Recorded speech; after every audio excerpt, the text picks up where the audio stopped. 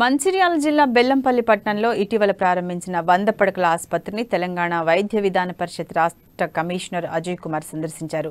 ఆసుపత్రిలో ఏర్పాటు చేసిన సదుపాయాలను పరిశీలించారు. ఈ సందర్భంగా ఆసుపత్రి వైద్య సిబ్బంది ఆయనను శాల్వా కప్పి సన్మానించారు. గత నెలలో ఆసుపత్రి ప్రారంభం సందర్భంగా పలువురు ఇచ్చిన రిప్రజెంటేషన్స్ ను స్టడీ చేయమని తనకు వచ్చిన ఆదేశాల ప్రకారం ఆసుపత్రిని సందర్శించినట్లు అజయ్ కుమార్ చెప్పారు. రిప్రజెంటేషన్ పై జిల్లా వైద్యాధికారులు అదేవిధంగా ఆసుపత్రి సూపరింటెండెంట్ టెక్నికల్ ఇష్యూస్ పై ఫార్మాసిస్టులతో చర్చించానన్నారు.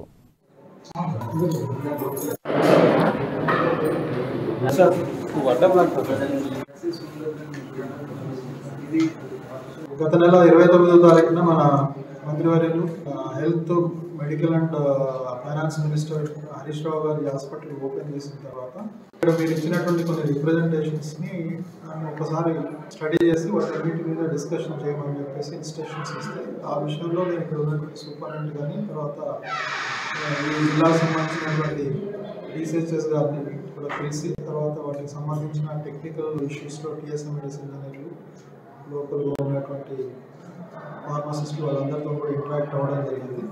అయితే వాళ్ళు మీరు ఇచ్చిన లిస్ట్ ఏదైతే మంత్రి గారు నాకు ఫార్వర్డ్ చేస్తారో అవన్నీ కూడా పాయింట్ వైజ్ అనలైజ్ చేసి స్టడీ చేసుకుని దానికి కావాల్సిన రిపోర్ట్స్ అన్ని కలెక్ట్ చేసుకున్నాను.